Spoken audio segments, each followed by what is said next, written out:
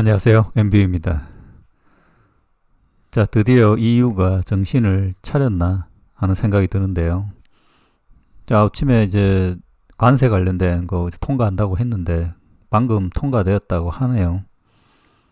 중국 전기차 퇴출이 시작되나? 제목은 그렇지만 쉽지는 않을 걸로는 보입니다. 여기에 추가를 더 해야 되는데 일단 어쨌든 관세율을 최고 45.3% 부과가 이제 시작된다고 합니다. 중국산 테슬라는 17.8%이다 라는 건데 이 부분도 조금 특이합니다. 사실 프랑스, 이탈리아 등 10개국이 찬성했고 독일, 헝가리 등 5개국이 반대표를 던졌다라는 거죠. 요겁니다. 어게인스트에서 저머니, 헝가리 이렇게 돼 있는데 나머지는 이게 기권하면 찬성이라고 하네요. 기존 관세 10%에 더해 최종 관세율은 맥스로 45.3%가 되는데 이달 31일부터 5년간 적용된다. 5년간 적용이다.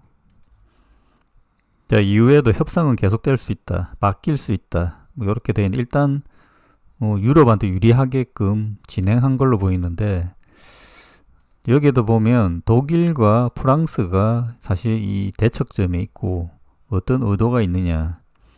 프랑스 입장은 특별히 찬성할 이유가 없을 걸로 보이고요.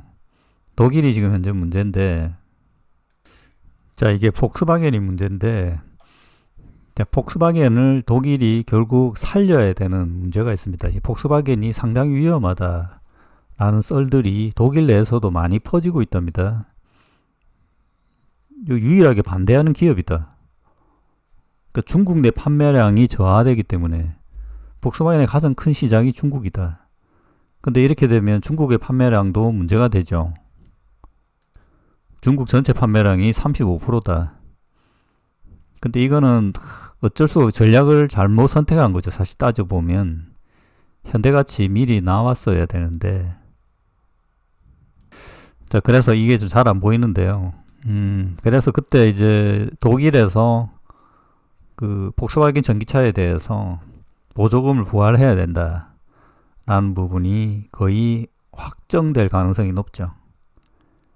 그래서 그런 이제 EU의 관세 같은 경우에는 그 유럽 거점의 K 배터리 기업들에게 상당히 큰 호재가 될 수 있다는 겁니다. 보조금도 부활이 되고 중국 차도 일부 막아주니 뭐 100%못 막겠죠. 여러 가지 또 협의가 이루어지니까 어떻든 지금 들어오는 속도를 멈춰주는 거죠. 멈춰주는 효과가 있기 때문에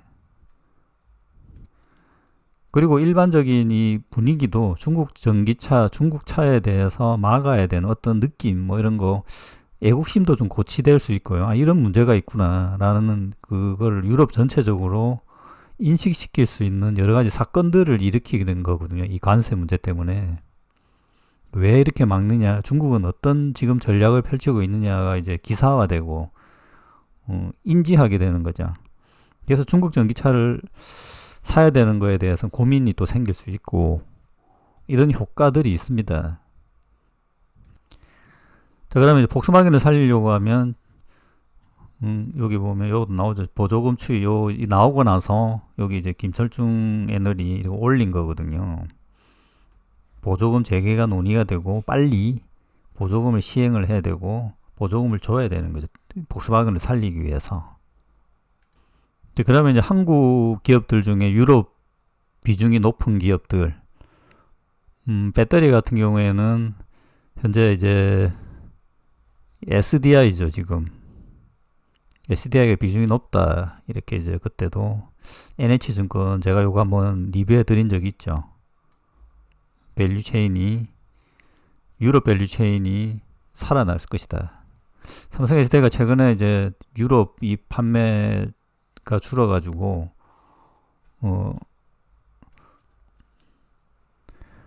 8월 배터리 설치량도 3기가 밑으로 내려왔잖아요.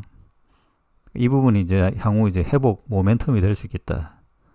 그러면 그 하이 밸류 체인들도 여기에서는 에코프로비엠, 롯데에너지, 머티리얼 뭐 이런데 집중할 필요가 있겠다.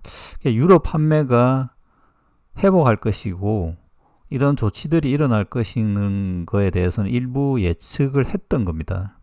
했던 건데 이게 확정이 되었기 때문에 유럽 모멘텀이 이제 생긴다. 자, 그 다음에 이제 독일의 보조금이 얼마나 늘어날 건가, 어떤 정책이 나올 건가를 보면 되겠습니다. 자, 하여튼 EU 관련해서 기념으로 영상 한번 만들어 봤습니다. 참고하시길 바랍니다.